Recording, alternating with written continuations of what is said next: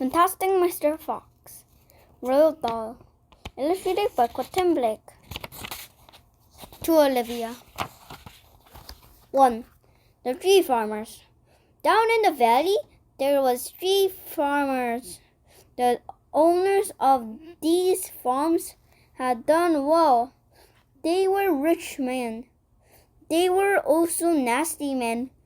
All 3 of them were about as nasty and mean as any men you can meet. Their names are Farmer Buggies and Farmer Bruns and Farmer Bean. Buggies was a chicken farmer. He kept thousands of chickens. He was enormously fat. This was because he ate 3 bolted chickens, smothered with dumpling every day for breakfast, lunch, and supper. Boons was a duck and goose farmer. He kept thousands of ducks and geese. He was kind of pot-bellied dwarf. He was also short. His chin would have been underwater in the shallow end of any swimming pool. In the road, his food was dough, disgusting paste, and stuffed paste into the donuts. This diet gave him tummy ache and beastly temper.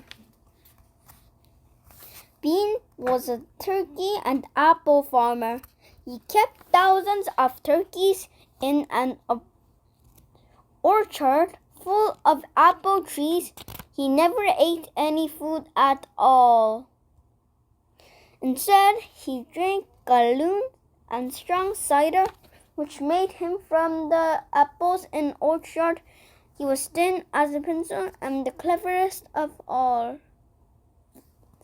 Buggies and Bruns and Bean, one fat, one short, one lean.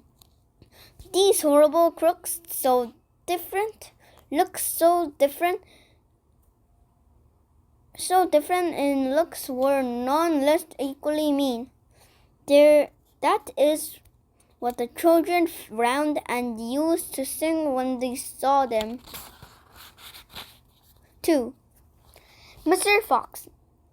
On a hill above the valley, there was a wood. In the wood, there was a huge tree. Under the tree, there was a hole. In the hole lived Mr. Fox and Mrs. Fox and their small 4 foxes. Every evening, as soon as it got dark, Mr. Fox would say to Miss Fox, "Well, my darling, what shall it be? The goose from the barns or a nice turkey from the bean?" And Mr. Fox had told it what she wanted. Mr. Fox would creep down the valley in the darkness of night and helped him. Buggies and Bruns and Beans knew very well what was going on, and it made them wild with rage. They were not men who liked to give anything away. Less still, they did they like anything to be stolen from them. So every night each of them would take his shotgun and hide in a dark place somewhere on his own farm, hoping to catch the robber. But Mr. Fox was too clever for them. He always approached a farm with the wind blowing on his face, and this meant if any men were lurking in the shadows ahead, the wind would carry the smell of that man to Mr. Fox's nose from far away. Thus, if Miss Buggies was hiding behind his chicken house number 1, Mr. Fox would smell him out. From 50 yards off, he quickly changed direction, heading for chicken house number 4 at the under edge of the farm. Dang and blast that loud Lucy beast, said Buggies. I'd like to rip his guts out, said Bruns. He must be killed, cried Bean. How? Said Buggies. How on earth are we gonna catch the bucket? Blighter.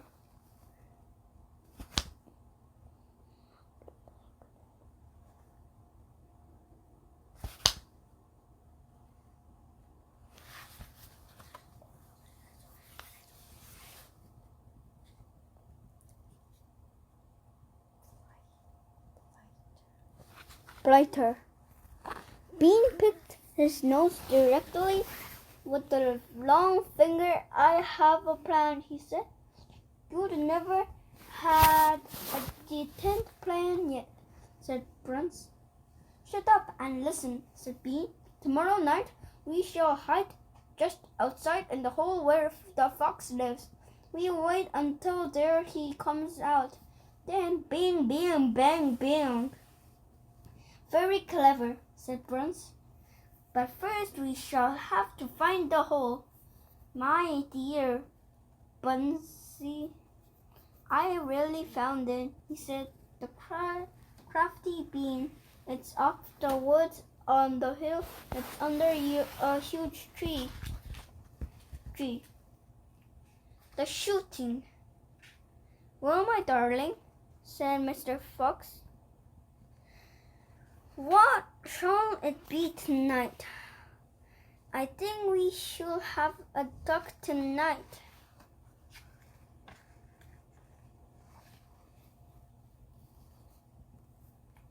Said Mr. Fox.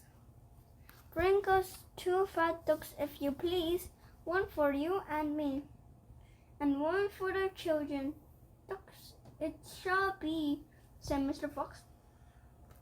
Buns best. Now, do be careful, said Miss Fox.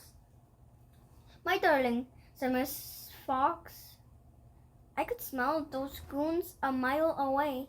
I can't even smell them one from the other. Please give us 50 stink of rotten chicken skins, Bruns reeks of goose livers, and as chicken skins, Bruns reeks goose livers, and as for Bean, the fumes of apple cider hang around him like poisonous gases.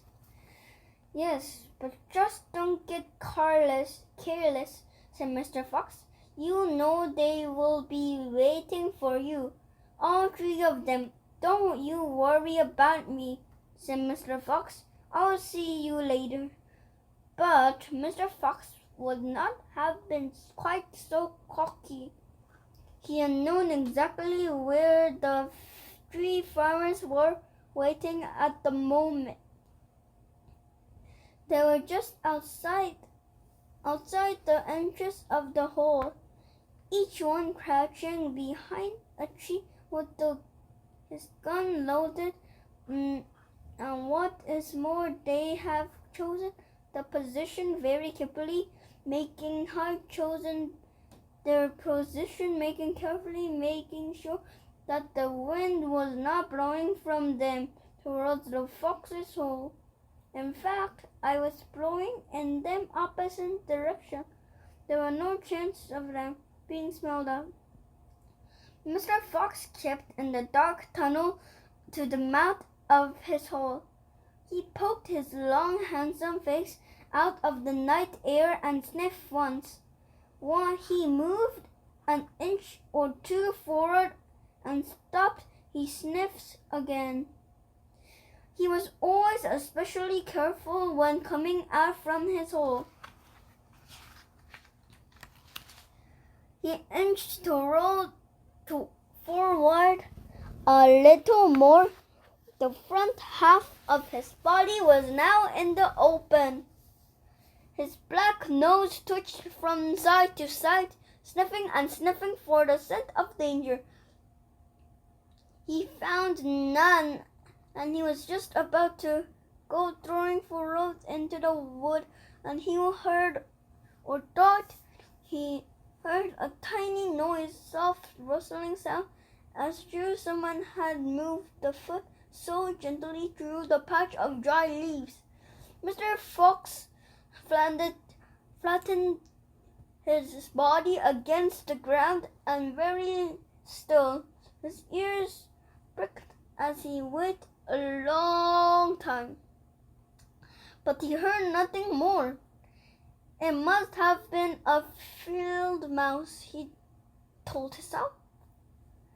So some other small animal. He crept a little further out of the hole. Then further still. He was almost right out of the open now. He was a fast, careful look out around. The wood was murky and very still. Somewhere in the sky, the moon was shining. Just then, his sharp night eyes caught in a glint of something bright behind the tree no far away. It was a small shiver, speck of moonlight shining on polished surface. Mr. Fox lay still, watching it. What on earth was this? Now it was moving. It was coming up and up. Great heavens! It was the barrel of a gun. Quick as a whip, Mr. Fox jumped back to his home. And that same instant, the entire woods seemed to explode around him. Bang, bang, bang, bang, bang. The smoke out of 3 guns floated upward the night air. Boggles and buns and beans came out from behind the trees and mocked to roll the hole. "Do we get him?" said Bean. One of them shone a flashlight on the hole, and three on the ground, and the circle of light. Half and half out of a hole lay the poor tattered, blood-stained remains of a fox tail. Bean picked it up. "We've got a tail, but we mixed the fox," he said. "Dang and blast," said Boogies. "We shot too late. We should have let fly a moment." He poked his head out. "He won't be poking it out again in a hurry," Buns said. Bean pulled a flask from his pocket and took a swig of cider. Then he said, "It'll take 3 days at least before he gets hungry enough to come out again. I'm not sitting around here waiting for that. Let's dig him out." Said Buggies. "Now you're talking sense. We can dig him out in a couple of hours. We know he's there. I reckon there's a whole family of them down that hole," Brent said. "Then we'll have a lot," said Bean. "Get the shovels."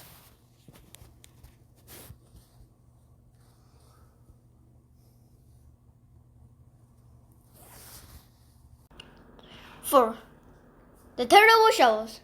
Down in the hole, Miss Fox was tentatively licking the stump of Mr. Fox's tail to stop the bleeding. It was the finest tail of miles around. "Here's a between licks," said Mr. Fox. I know the start, but I'll soon get better, and it will still grow again, Dad," said one of the small foxes. "I'll never grow again," said Mr. Fox. "I shall take less for the rest of my life." He looked very glum. There were no food for the foxes that night, and soon the children dozed off. Then Mr. Fox dozed off in the slant of the table. Well, he thought, I suppose I'm lucky to be alive at all. And now they found our hole. We're going to have a move out as soon as possible. We'll never get any peace if we... What is that? He turned his head sharply and listened. The noise he heard now was the most frightening noise a fox can ever hear. The scraping of shovels digging into the soil. Wake up, he shouted. They were digging us out. Miss Fox was wide awake, and once again she sat up, quivering all over. Are you sure that it is? She whispered. I'm positive. Listen, they'll kill my children, said Miss Fox. Never, said Mr. Fox. But darling, they will, sobbed Miss Fox. You know they will. Scrunch, scrunk, scrunk went the shovels above their heads. Small stones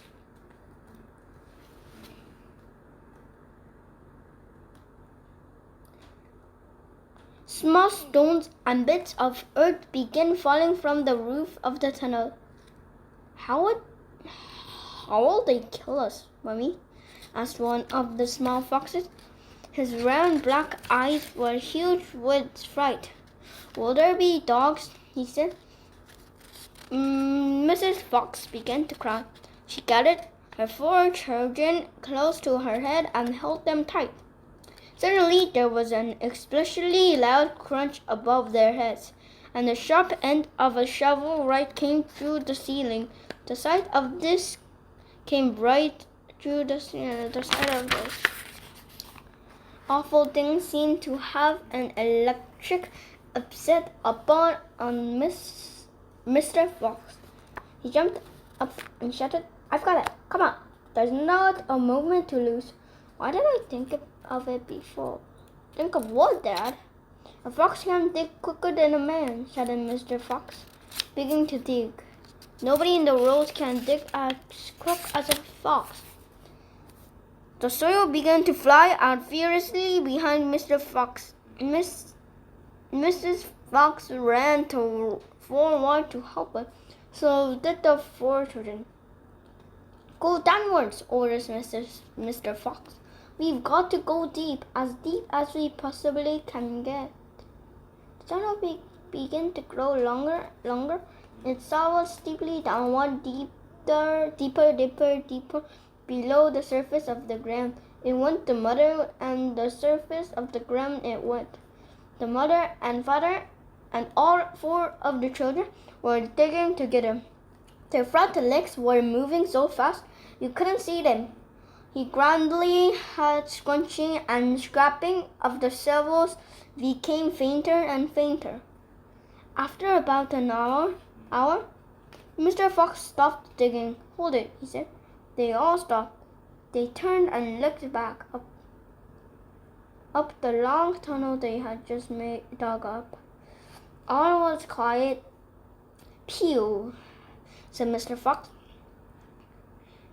I think we've done it. They'll never get as deep as this. Well done, everyone.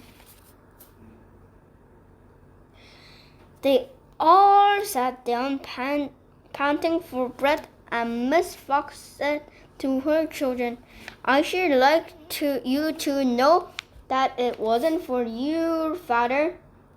We should all be dead by now. Your father is a fantastic fox. Mr. Fox looked at his wife and she smiled. I love her more than ever when she said things like that. 5. The terrible tractors. As the sun rose next morning, bogies and buns and Bean were still digging. They had dug a hole so deep you could have put a house into it. But they had not yet come to the end of the fox's tunnel. They were very tired and cross. "Dang and blast," said Buggy. Whose rotten idea was this? "Bean's idea," said Prince. Buggies and Bruns both started at Bean. Bean took another swig of cider. Then they put the flax behind into his pocket without offering it to the others. "Listen," he said angrily, "I want that fox. I'm gonna get that fox. I'm not giving until I've strung him up over my front porch dead as a dumpling. We can't get him by digging, that's for sure," he said. "The fat buggies, I have enough of digging." Buns and Little Pot believed a dwarf. Looked up as Bean and said, "Have you got any more stupid ideas then?" "What?" said Bean. "I can't hear you." Bean never took a bath. He never even washed. As a result, his earth holes were clogged with kinds of muck and wax and bit of chewing gum and dead flies and stuff like that. This made him deaf. Flies, stuff like that. "Speak louder," he said to Buns, and Buns shouted back, "Got any more stupid ideas?" Bean rubbed the back of his neck with a dirty finger. He had a boil coming there and it itched. "What we need on the straw," he said. "It's our machines. Magical shovels. We'll have him in 5 minutes with a magical shovels."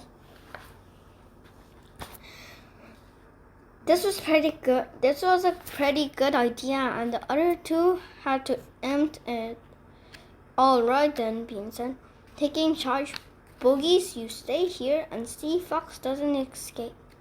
Runs and I will go to fetch our machinery. If he tries to get out, shoot him quickly." The long, thin Bean walked away. The tiny Bruns tottered after. The fat Boogie stayed where was, his gun pointing at the foxhole.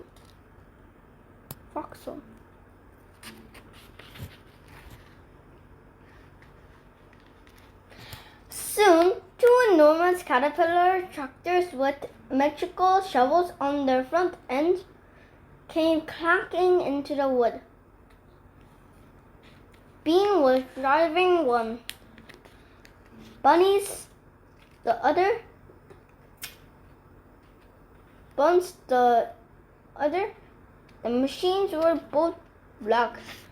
They were nervous, brutal looking monsters. "Here we go then," shouted Bean. "Dead for the fox," shouted Buns. The machines went to work, biting huge mouthfuls soil of their hill. The big tree under which Mr. Fox has dug his hole in the first place was toppled like a matchstick. On all sides, rocks were sent flying. Trees were falling, and the noise was deafening. Down in the tunnel, the foxes crouched, listening to the terrible clanging, banging overhead. "What's happening, Dad?" cried the small foxes. "What are they doing?" Mr. Fox didn't know what was happening or what they were doing. "It's an earthquake!" cried Mrs. Fox. "Look," said one of the small foxes. Our tunnels got shorter. I can see daylight." They all looked around, and yes, the mouth of the tunnel was only a few feet away from them now. The huge black tractors almost on top of them. "Tractor!" shouted Mr. Fox. "And metal shovels! Dig your lives! Dig, dig, dig!" Chapter 6. The race. Now you begin preparing to race the machines against the foxes. Is begin to the hill looked like this. After about an hour, as the machine spit away more and more soil from the hilltop, it looked like this. Sometimes the foxes would gain a little ground, and the clanking noises would grow fainter, and Mr. Fox would say, "We're going to make it. I'm sure we are." Come back at them, and the crunch of the mighty shovels would get louder and louder. One of the foxes actually saw the sharp metal edge of one of the shovels, and it scraped up the earth just behind them. "Keep going, my darlings," panted Mr. Fox. "Don't give up. Keep going." The fat buggies shouted to Bruns and Bean. "We'll get them in any moment now." "Have you caught sight of him yet?" He called back. "Not yet," shouted Buggies. "But I think you're close. I'll pick him up with my bucket," shouted Bruns. "I'll chop it into pieces." By lunchtime, the machines were still at it, and so were the poor foxes. The hill now looked like this. The farmers didn't stop for lunch. They were too keen to finish the job. "Hey there, Mr. Fox," yelled Buns, leaning out of his tractor. "We're coming to get you now. You have your last chicken," said Buggies. "You'll never come prowling over my farm again." A sort of madness had taken hold of the three men.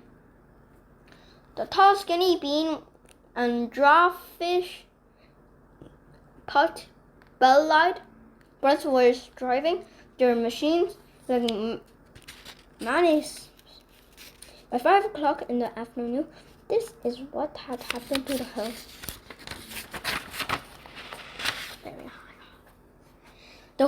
The machines had dug was like the crater of a volcano.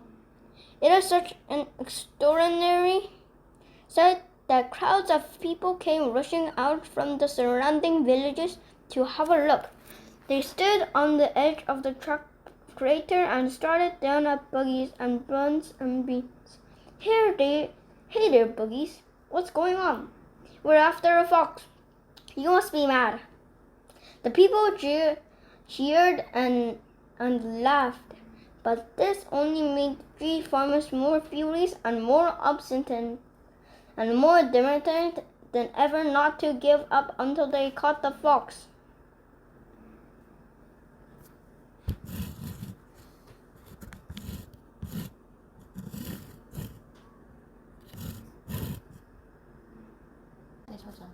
Seven. We'll never get him go. At 6 o'clock in the evening, Bean switched off the motor of his tractor and climbed down from the driver's seat. Bruns did the same. Both men had enough. They were tired and stiff from driving the tractors all day. They were also hungry. Slowly they walked over to the small fox's hole in the bottom of the huge crater. Bean's face was purple with rage. Buns was cursing the fox with dirty words that cannot be printed. Buggies came wadding up. "Dang and blast and fisty, stinky fox," he said. "What the heck are we doing now?" "I'll tell you what we don't do," Bean said. "We don't let him go." "We'll never let him go," Bunces delected. "Never, never, never," said Buggies. Did you hear that, Mr. Fox? Yelled Bean, bending over low and shouting down the hole. It's not over yet, Mr. Fox. We're not going home till we strung you up as dead as a dingbat. We're up on the tree. 3 men all shook hands with one another and swore a solemn oath that they would not go back to their farms until the fox was caught. What's the next movie? Asked Buns. The pot bellied draft. We're sending you down to the hole to fetch him up, said Bean. Down you go, you miserable midget. Not me, screamed Buns, running away. Bean made a sticky smile. When he smiled, you saw the scarlet gums. You can hear more gums than teeth. Then there's only one thing to do, he said. We'll starve him out. We camp here today and night watching the hole. He'll come out in the end.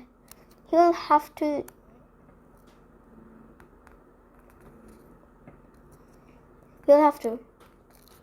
So Buggies and Bruns and Beans sent messages down the farms asking for tents, sleeping bags, and supper. 8. The foxes began to starve. That evening, 3 tents were put up in the crater on the hill. One for Buggies, one for Bruns, and one for Bean. The tents surrounded Mr. Fox's hole, and the 3 farmers sat outside their tents eating up supper. Buggies had 3 boiled chickens smoothed in gusting goose liver paste, and Bean had 2 gallons of cider. All 3 of them kept their guns beside them. Buggies picked up a steaming chicken and held it close to the fox's hole. Can you smell this, Mr. Fox? He shouted. Lovely tender chicken. Why don't you come out and get it? The rich scent the chicken wafted down the tunnel to where the foxes were crouching. Oh, Dad, said one of the small foxes. Couldn't we just think of and snatch it out from his hand? Don't you dare, said Mrs. Fox. That's just what they want to do. But we're so hungry, they cried. How long will it be till we get something to eat? Their mother didn't answer them, nor did their father. There was no answers to give. A darkness fell. Bruns and Beans switched on the powerful headlamps of 2 tractors and shone them on the hole. Now, said Bean, we'll take it.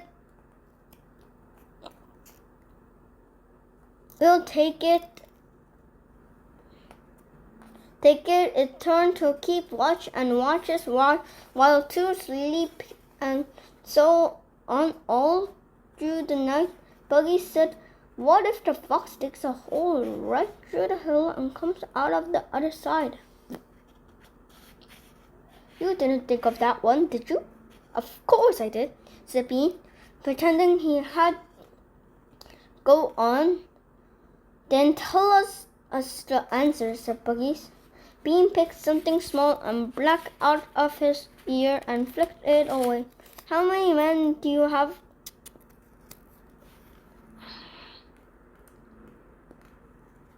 How many men have you got working on your farm? He asked.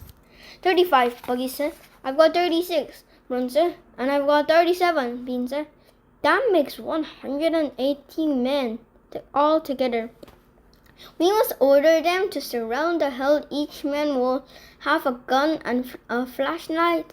There will be no escape then for Mr. Fox. So the order went down to the farmers, and that night 108 men formed a tight ring around the bottom of the hill. They were armed with sticks and guns and hatchets and pistols and all sorts of other horrible weapons. This made it quite impossible for a fox or indeed for any other animal to escape from the hill.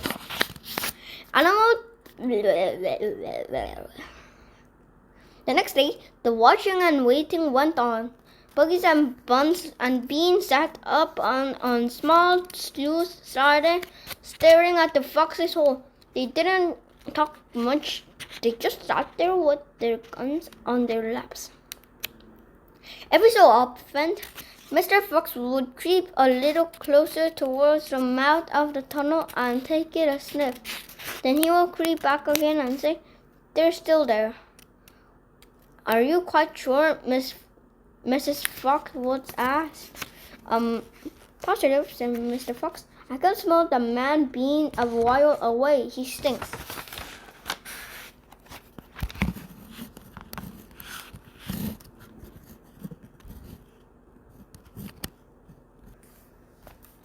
"9.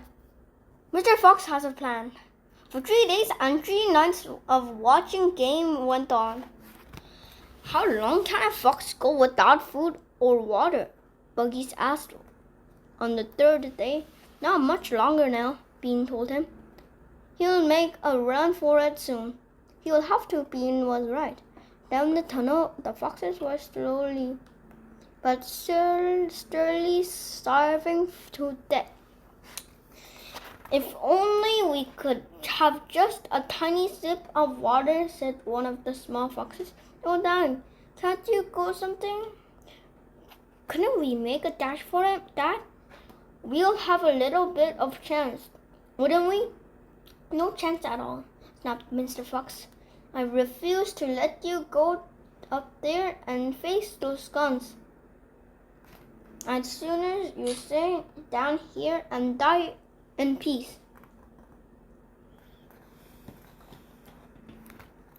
Mr. Fox has not spoken for a long time. He had been sitting quite still, his eyes closed, not even hearing what the others were saying. Mr. Fox knew that he was trying desperately to think a way out. And now, as she looked at him, he saw him stir himself and get slowly to his feet. He looked back at his wife. There was a little spark of excitement dancing in his eyes. "What is it, darling?" said Mr. Fox quickly. "I've just got a bit of an idea," said Mr. Fox carefully. "What?" they cried. "Oh, Dad, what is it?" "Come on," said Mrs. Fox. "Tell us quickly." "Come on." "Well," said Mr. Fox. Then he stopped and sighed, and sadly shook his head. He sat down again. "It's no good," he said. It won't work after all." Why not, Dad?" "Because it means more digging, and we aren't any of us strong enough for that every 3 days and nights without food." "Yes, we are, Dad," cried the small foxes, jumping and running to the farther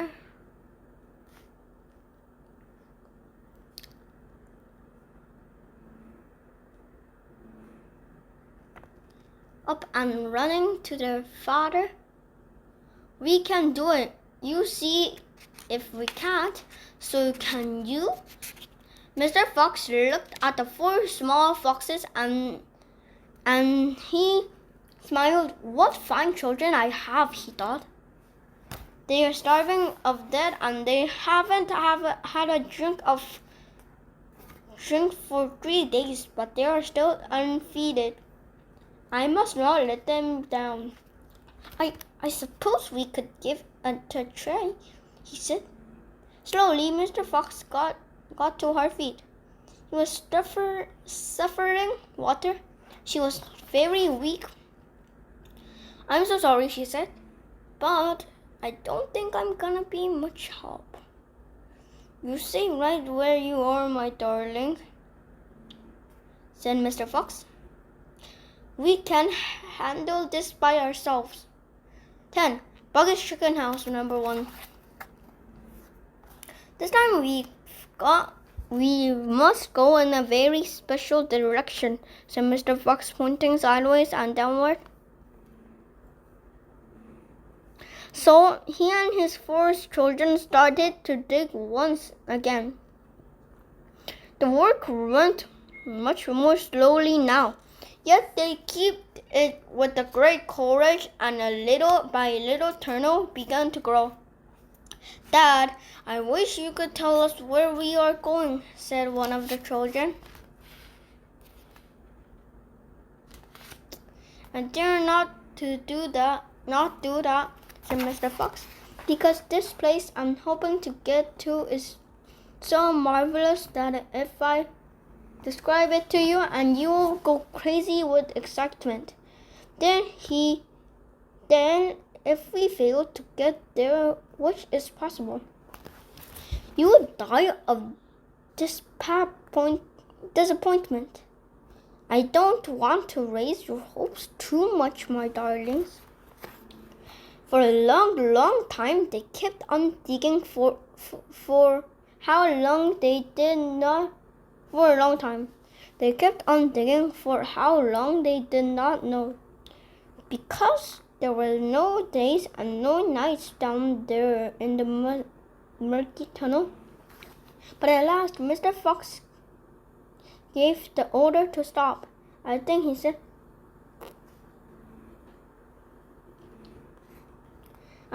said, we had better take a peep upstairs now and see where we are. I know where I want to be, but I can't possibly be sure we're anywhere near it.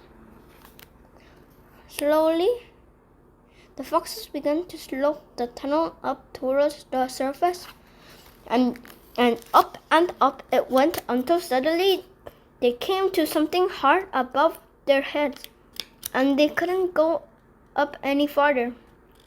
Mr. Fox reached up and exclaimed, "This hard thing is wood," he whispered. "Wooden planks." "What does this mean, Dad?" "It means, unless I am very much mistaken," he said, "we are on the right near somebody's house," whispered Mr. Fox. "Be very quiet now, Will. I'll take a peek." Carefully, Mr. Fox began pushing up one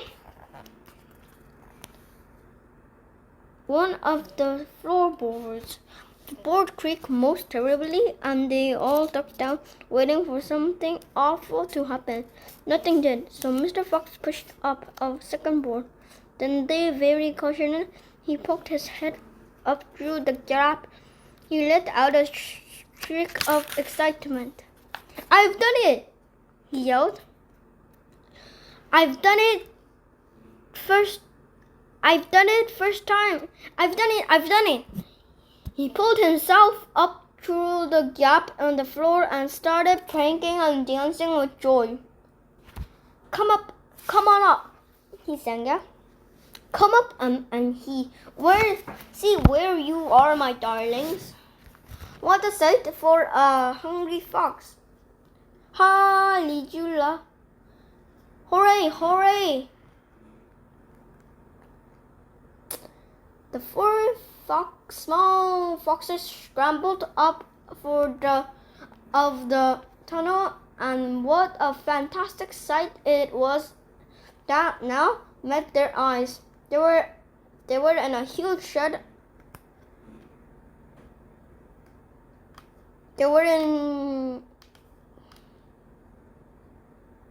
And the whole place was teeming with chickens. There were white chickens and brown chickens and black chickens by the thousands. "Boogie's Chicken House, number 1, cried Mr. Fox. It's actually what I was aiming at. I hit a slump on the middle. First time it wasn't.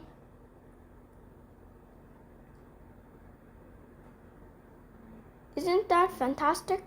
First time. Isn't that fantastic? And if I may say so, rather clever. The small foxes went wild in excitement. They started running around what directions, changing the stupid chickens. Wait, ordered Mr. Fox. Don't lose your heads. Stand back. Calm down. Let's do this properly. First of all, everyone had a drink of water. They all ran toward the chickens and drinking through their and lapped all the lovely cool water. Then Mr. Fox chose 3 of the plumpiest hens, and with a clever click of his jaws, he killed them instantly. Back to the tunnel, he ordered. Come on, no fooling around. The quicker you move, the quicker you shall have to have something to eat. One after another, they climbed through the hole in the floor, and soon they were all standing once again in the dark tunnel. Mr. Fox reached up and pulled the floorboards back into place. He did with this great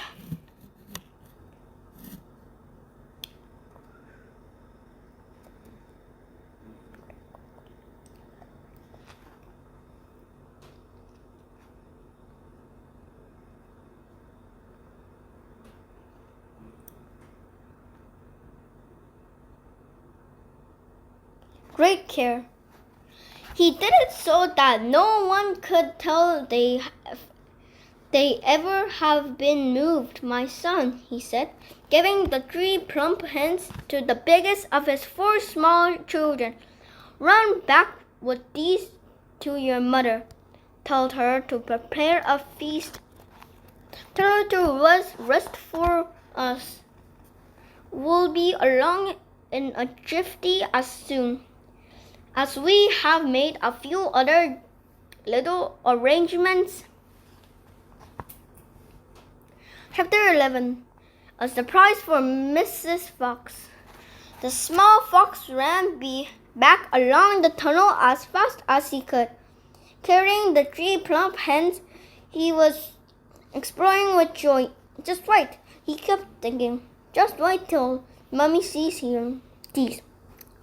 He had a long way to run, but he never stopped once on the way, and he came bursting it upon Mrs. Fox. Mommy, he cried, out of breath.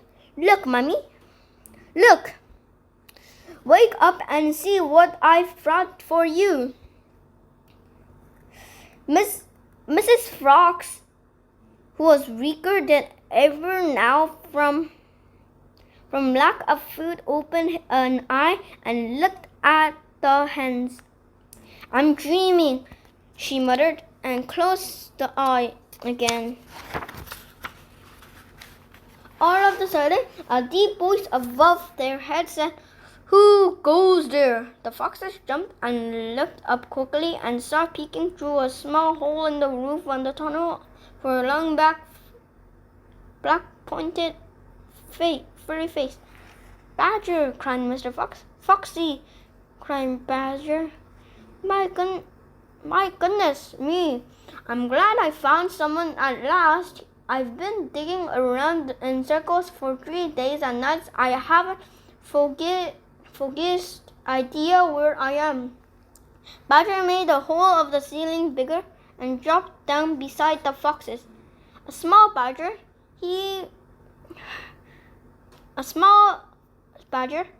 his son, dropped down after him.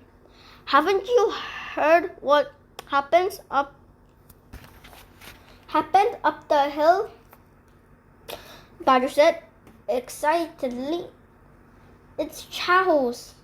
Half of the wood had disappeared, and there are men with guns all over the countryside. None of us can get out, even on dime. We're all starving to death.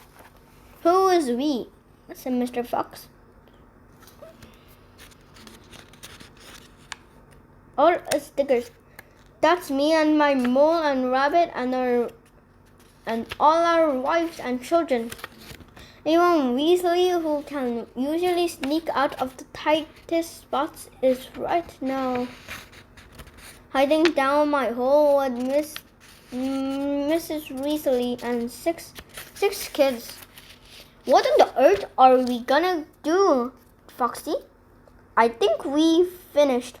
Mr. Fox looked at his 3 children and he smiled.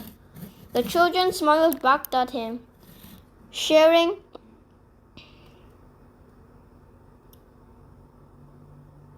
his secret. My dear old badger, he said, this mess you are in all my fault.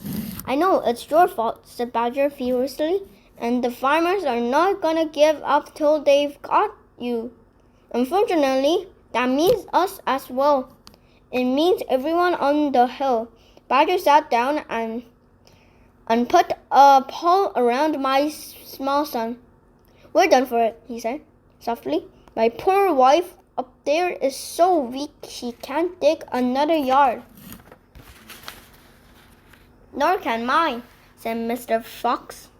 And yet, at this very minute, she is preparing for me and my children the most delicious feast of plump, juicy chickens. Stop! Cried Badger. Don't tease me. I can't stand it. It's true, cried the small foxes. That is not teasing. We've got chickens galore. And because everything is entirely my fault, said Mr. Fox, I've invited you to share the feast. I've invited everyone to share it. You and the mole and the rabbit and the weasel and all your wives and children, and there'll be plenty to go around, I can assure you. You mean? Cried Badger. You really mean it? Mr. Fox pushed his face close to the badger and whispered darkly, do you know where we've just been? Where? Right inside Buggy's chicken house number 1. No! Yes, but that is nothing to where we are going now. You have come just the right moment, my dear Badger. You can help us dig and in the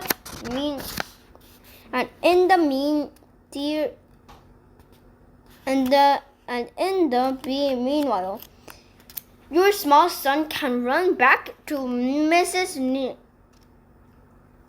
Badger, and all of the others can spread the good news. Mr. Fox turned to the small badger and said, tell them they are invited to a fox feast. Then bring them to all around here and follow this tunnel back until you find my home. Yes, Mr. Fox, he said. The small badger said, yes, sir. Right away, sir. Oh, thank you, sir, said the scrambled quickly back through the hole of the roof of the tunnel and disappeared. 13. Bunce's giant storehouse. My dear Foxy, cried Badger, what in the world has happened to your tail? Don't talk about it, please, said Mr. Fox. It's a painful subject. Then we were digging the new tunnel. They dig on its silence. Badger had a great digger and the tunnel, letting a paw. Soon they were crouching under neat yet other wooden floor. Mr. Fox grinned slightly, showing sharp white teeth. If I am not mistaken, my dear Badger, he said, we are now underneath the farm which belongs to the nasty little pot-bellied dwarf Franz. We are in farm directly underneath the most interesting part of that farm. Ducks and geese, cried the small foxes, licking their lips. Juicy, tender, and ducks and big fat geese. Exactly, said Mr. Fox. But how in the world can you go where we are? asked Badger. My fox grinned again. Mr. Fox grinned again, showing even more white teeth. Look, he said, I know my way around these farms blindfolded. For me, it's just as easy below ground as it above it. He reached high and pushed up one wooden floorboard and then another. He poked his head through the gap. Yes! He shouted, jumping up into the room above. I've done it again.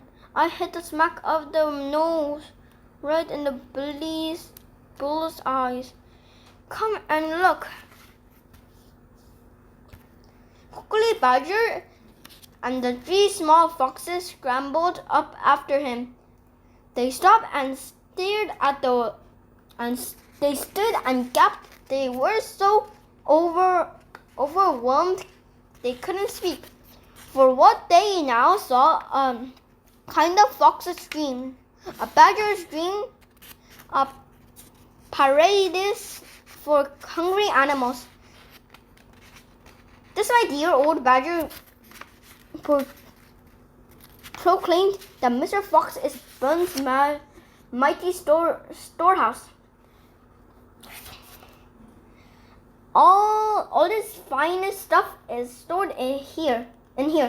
Before he sends it off to market.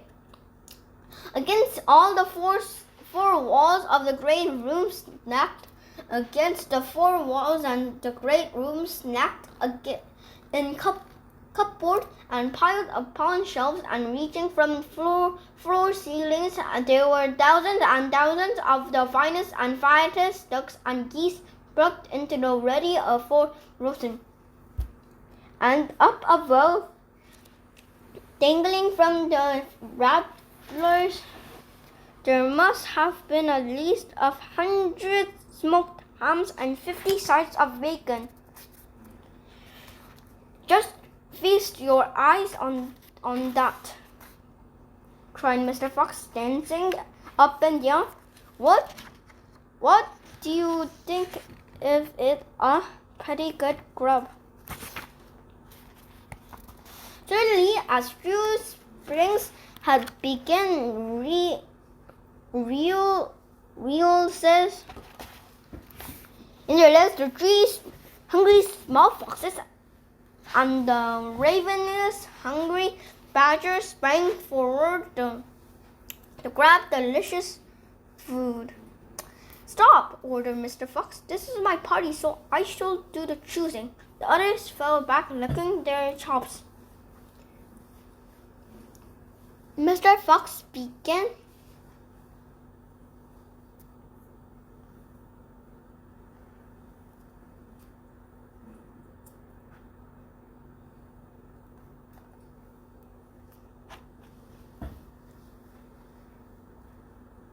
Mr. Fox began prowling around the storehouse and exchanging the glorious display with an expert eye. A jet of saliva slid down one side of his jaw and hung suspended in mid-air. Then snapped. We mustn't overdo it, he said. Mustn't give the game away. Mustn't let them know what we've been up to. We must be neat and tidy and take care few of the choicest morsels. So to start with, we shall have 4 plump young ducks. He looked them 4 from the shelves. Plump your ducks. He took them in front of the shelf. Plump young ducks. He took them in front of the shelf. Oh, how lovely and fat they are. No wonder Buns gets a special price for them in the market. All right, Badger. Lend me to a hand to get them down. You children can help as well. There we go. Goodness me. Look at your mouths are watering. And now I think we've had better have few geese. 3 will be quite enough. We'll take the biggest. Oh my.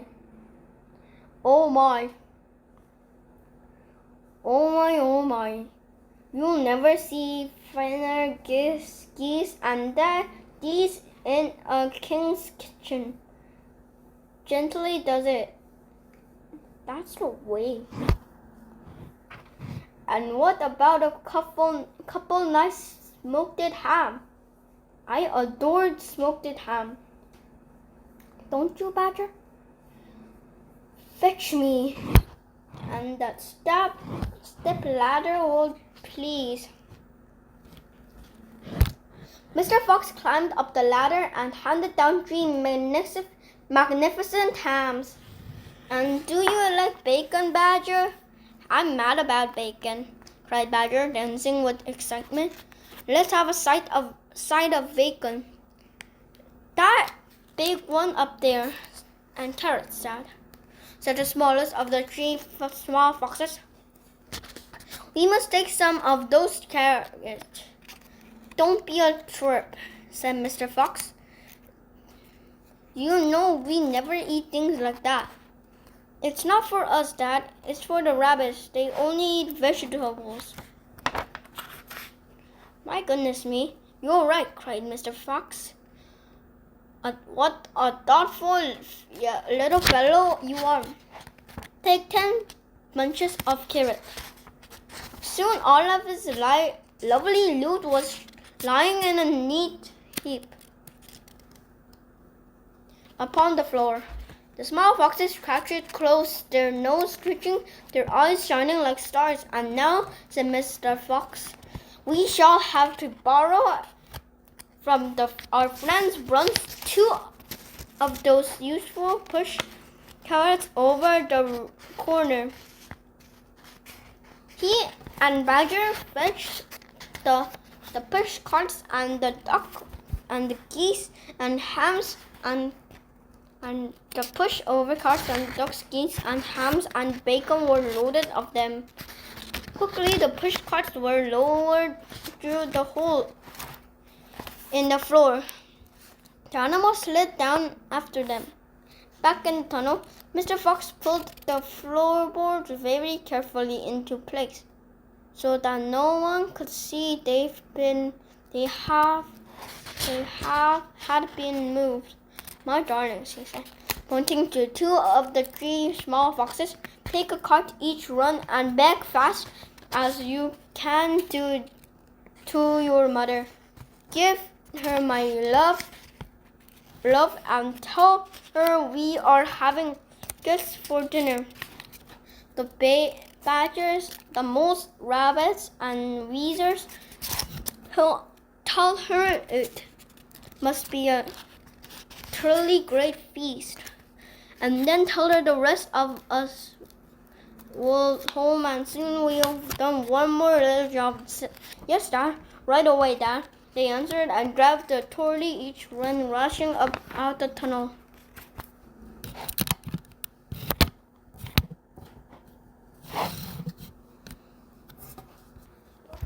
"14. Badger has doubts. Just one more visit," cried Mr. Fox, "and I'll bet I know where that'd be," said the only small fox now left. He was the smallest fox of them all. "Where?" said Badger. "Where's the smallest fox? We've been to Boogie's and we've once been to Bruns, but we haven't been to Bean." It must be Bean. You are right, said Mr. Fox. But what you don't know is which part of Bean's place we were about to visit. Which, said Bold Chicken. Aha, said Mr. Fox. Just you wait and see. They were digging as they talked.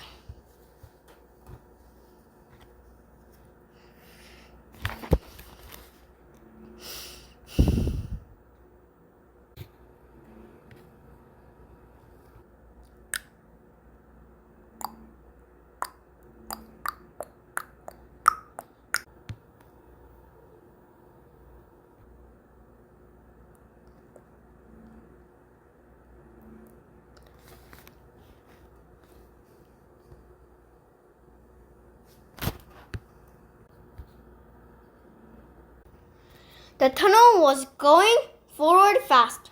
Suddenly, Badger said, "Doesn't this worry for you just a tiny bit, Foxy?"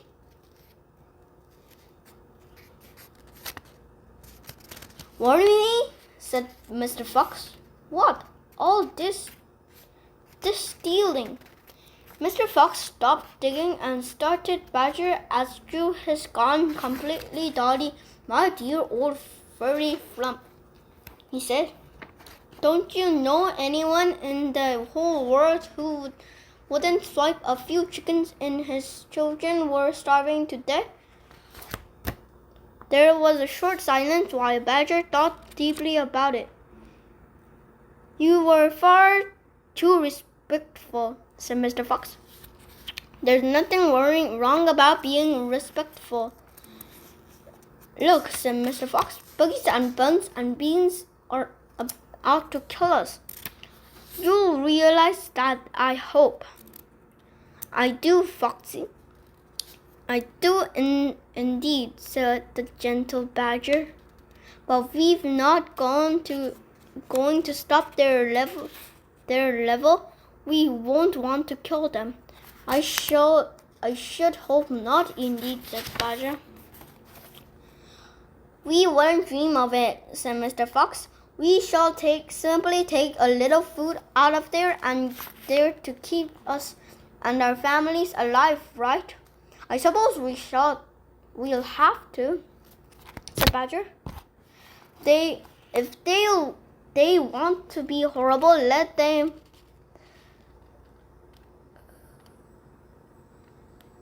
"Let them," said Mr. Fox. "We down here are decent, peace-loving people." Badger laid his head on one side and smiled. "And Mr. Foxy," he said, "I love you." "Thank you," said Mr. Fox. "And now let's get on with the digging."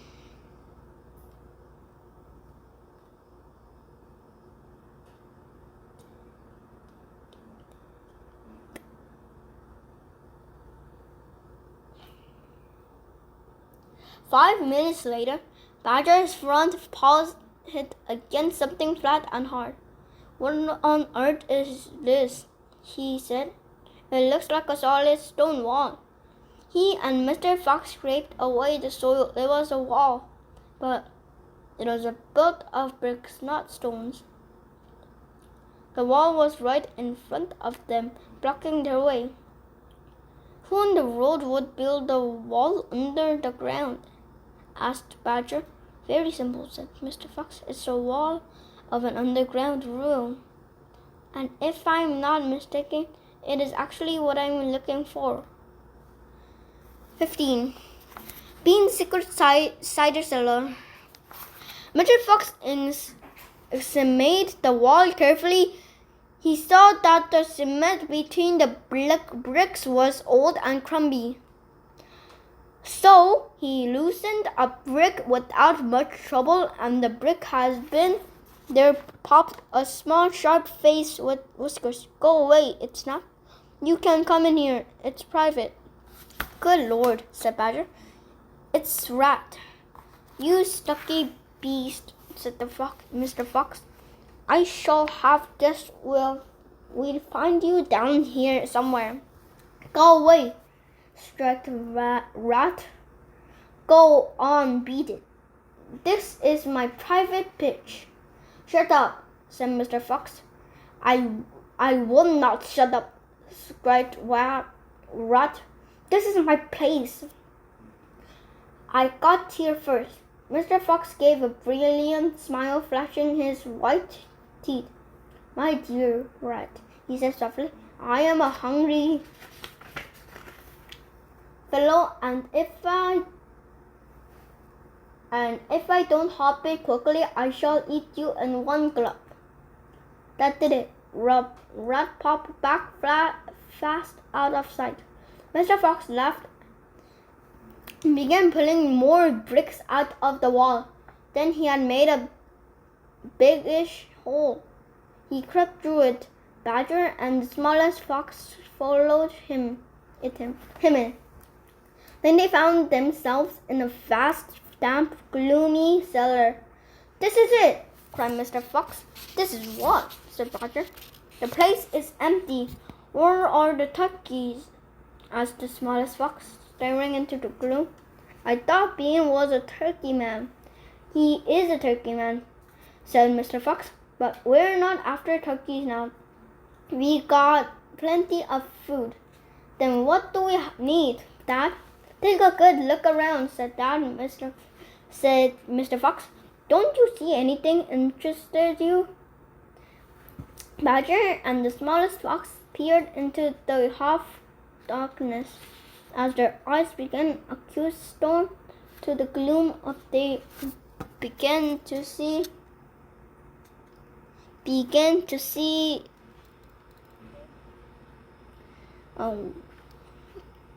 They went closer. They were jars. There were hundreds of them. Upon each other was written the word cider. The smallest fox leaped high on the air. Oh, Dad, he cried out. Look what we found. It's cider.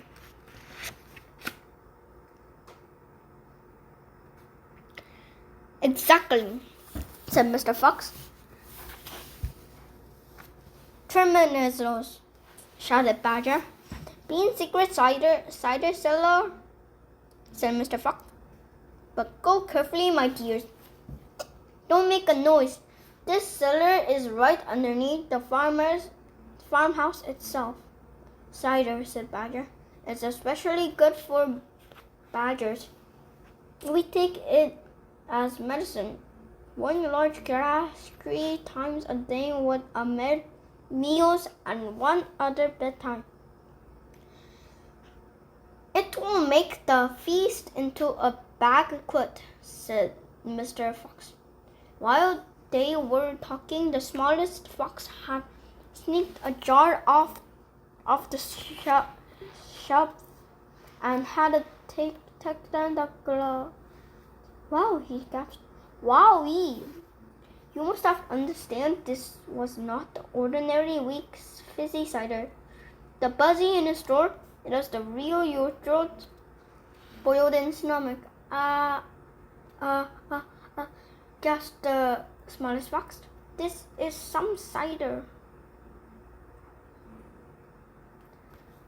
That's quite enough for that, said Mr. Fox, grabbing the jar, putting it into his lips. He took a frightening for bread. It's fabulous. It's beautiful. It's my turn, said the Badger, taking the jar and tilting it. His head well back, the cider gulped and gold bubbled down his throat. It's like melted gold, he gasped. Oh, Foxy, it's like drinking gold, he gasped. Oh, Foxy, it's like drinking sunbeams and rainbows. You're poaching, striked Rat. Put that down at once. There will be none left for me. Rat was perched upon the highest shelf of the cellar, peering out from behind the huge jar. There was a small rubber tube inserted in the neck of the jar, and Rat was using the tube to suck it out from the cellar. "You're drunk," said Mr. Fox. "Mind your own business," shrieked Rat. "And if your great clumsy brutes come missing about in here, we'll all be caught. Get out of here and leave me to sip my cider in peace." At that moment, they heard a woman's voice calling out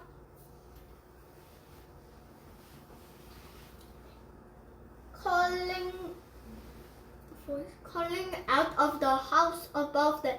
"Hurry and get out! Get that cider, Mabel."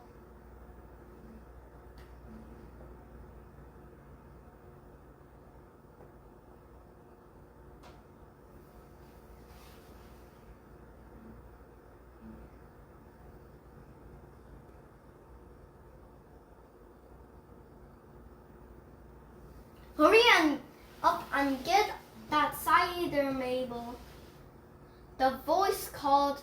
"You know Mr. Bean doesn't like to keep waiting, especially when he's been out all night in a tent." The animals froze. They stayed absolutely still. Their ears pricked, their bodies teased. Then they heard the sound of the door being opened. The door was the top of a flight of stone steps leading down from the house to the cellar. And now someone was starting to come down those steps. 16. The women. "Quick," said Mr. Fox. "Hide!" He and Badger and the smallest fox jumped up into a shell and crouched behind a row of big cider jars. Peering around the jars, they saw huge women coming down to the cellar. Or the footsteps of the steps, and the woman paused, looking at right and left. Then she turned her head straight for the place where Mr. Fox and Badger and the smallest fox were hiding. She stopped right in front of them. The only thing between her and them was a row of cider jars. She was so close that Mr. Fox could hear the sound of her breathing peeping through the crack between the bottles. He noticed that she carried a big rolling pin on one hand.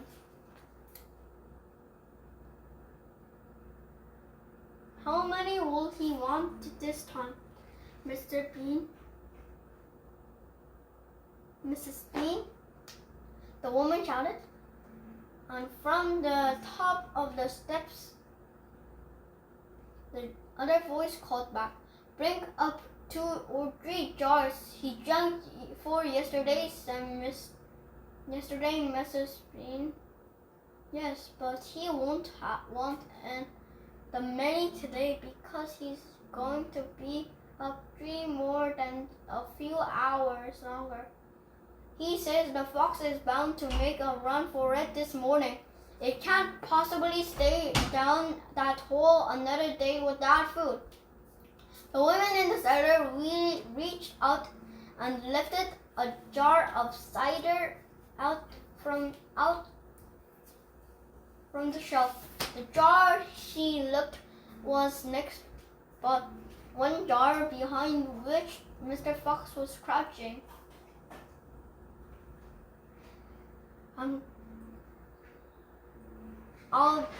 I'll be glad when the rotten brute is killed and strung up in the front porch," she called out. "And by the way, Mrs. Bean, your husband promised I could have the tail as souvenir. The tail has been all short pieces," said the voice from upstairs. "Didn't you know that?" "Oh, you mean it's ruined?" "Of course it's ruined." They shot the tail but missed the fox. "Oh, said the big woman. I didn't so want that tail. You can have the head instead, Mabel. You can get it stuffed and hang it on your bedroom wall. Hurry up now and get that cider. Yes, Mom, I'm coming. And the big woman,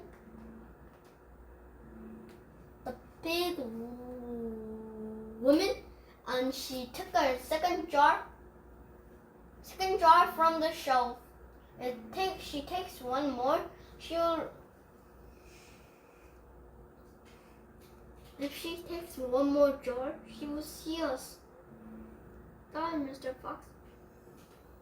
You can feel the smallest fox body pressed tightly against its own, purring with excitement. Will two be enough? Said Mrs. Bean. Or shall I take three? My goodness, Mabel. I don't care as long as you get a move on. Then two it is, said the huge woman, speaking herself now. He drinks too much anyway. Carrying a jar of each hand and with the rolling pin tucked under one arm, she walked away across the cellar. At the foot of the steps, she paused and looked around, sniffing the air. There are rats down here again. Mrs. Bean, can I smell them? Then woman poisonous them. You know where the poison is kept? Yeah, Mama. Yeah, Mom. Maple said. She came slowly out of sight of the steps. The door slammed. Quick, said Mr. Fox. Grab a jar each and run for it. Rat stood in the high shelf and stood. What did I tell you? You nearly got nabbed, didn't you? Nearly gave the game away. You keep out of here from now on. I don't want you around. This is my place, you, said Mr. Fox, are going to be poisonous. Poppycock, said Rat. I sit up here and watch her putting the stuff down. She'll never get me. Mr. Fox and Badger and the smallest fox ran across the cellars, clutching a gallon jar each. Goodbye, Rat. They called.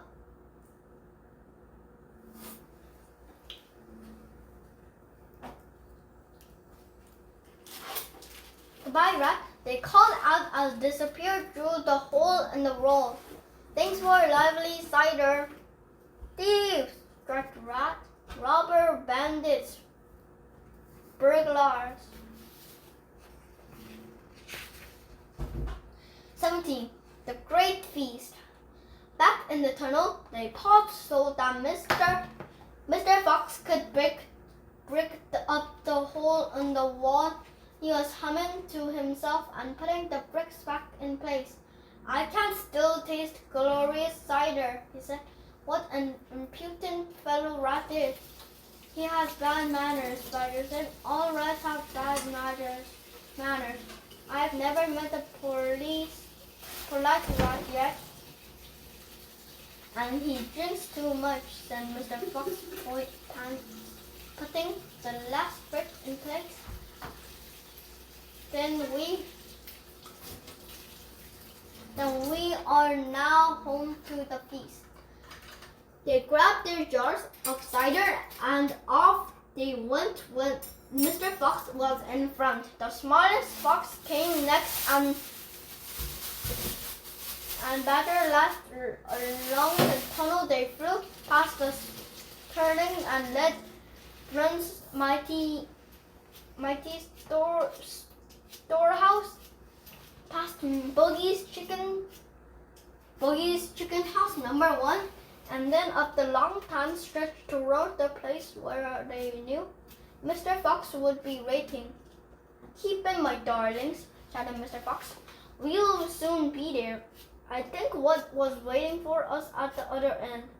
And just they think without bringing home with us these stars. And and out to cheer up poor Mrs. Fox, and Fox sang a little song as she ran. Home again softly I glide, back to my beautiful bride. Should not feel so rotten as soon as she's gotten some cider inside her inside. Then Badger joined in. Oh, poor Mr. Badger, he cried, so hungry, and she nearly died. And she very nearly died.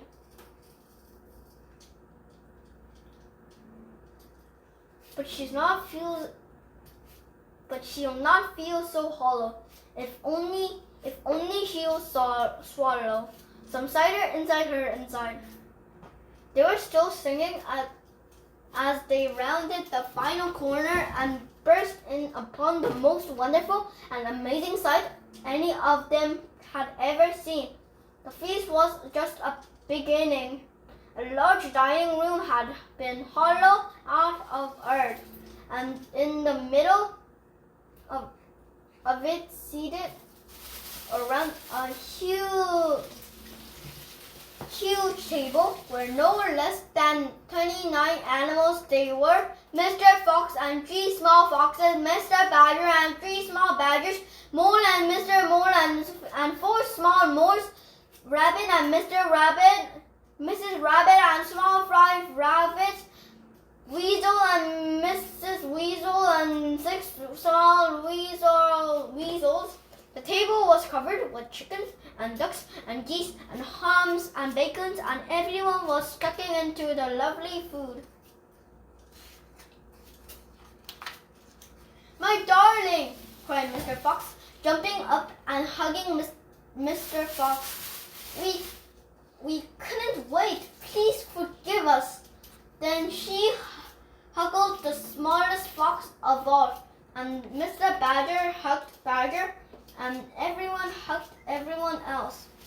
And shouts of joy, the great jars of everyone else, and in the shout of joy, the great jars of cider were placed upon the table. And Mr. Fox and Badger and the smallest fox sat down with the others. You must remember to no one had eaten a thing for several days. They were ravens. So for a while, there was no conversation at all. There were only the sound of crunching and chewing, and the animals attacked the stunted food. At last, Badger stood up.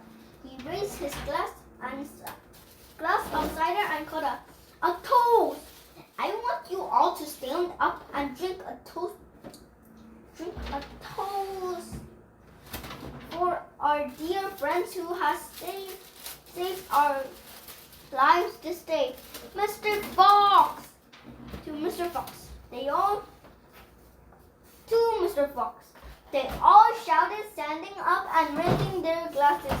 To Mr. Fox! Long may he alive. Then Mr. Fox got shyly to her feet and said, I don't want to make a speech. I just want to say one thing, and this.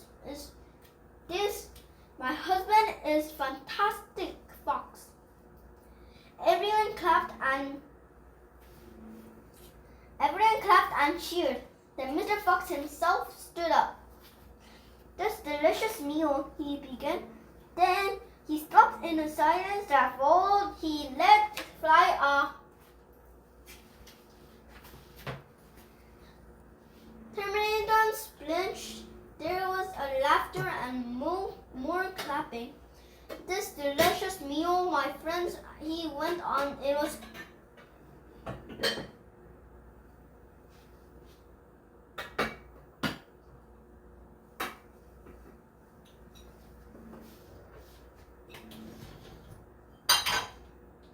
by cheering on Mr. Boggy's buns, beans, more cheering and laughter.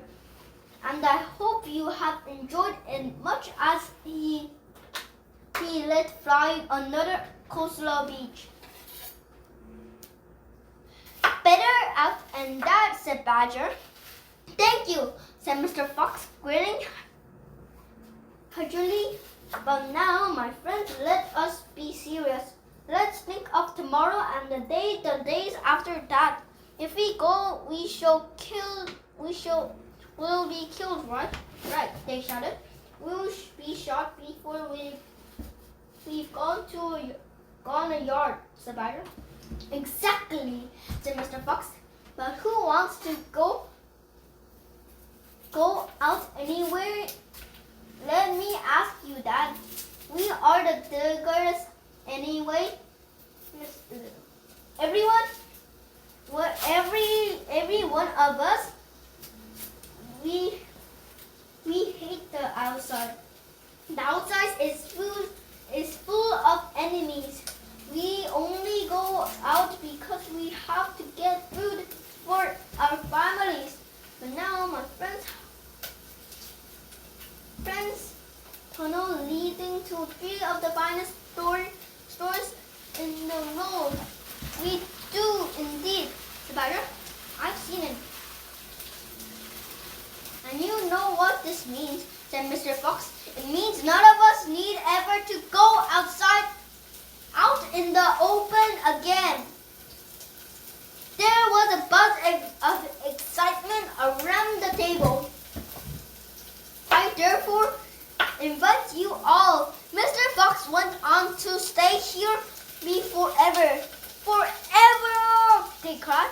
My goodness, how marvelous! The rabbit and said to Miss Rabbit, my dear, just think. We're never going to be shot again in our lives. We will make, said Mr. Fox, a little underground village and streets and houses, and each side separates house for badgers and moles and rabbits and weasels and foxes, and every day I will go shopping for you all, and every day I will eat like kings. The cheering that followed the speech went on for many minutes. 18. Still waiting. The foxes, whole buggies and buns and beans sat beside their tents and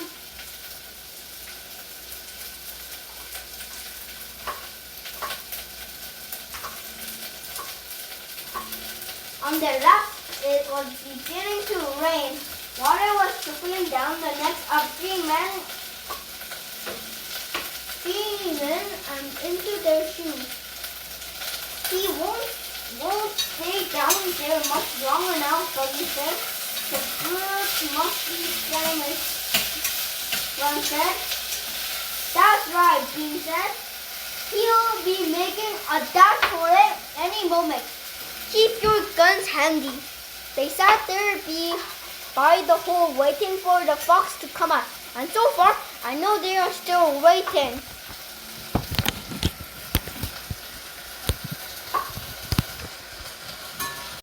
Thank you for listening.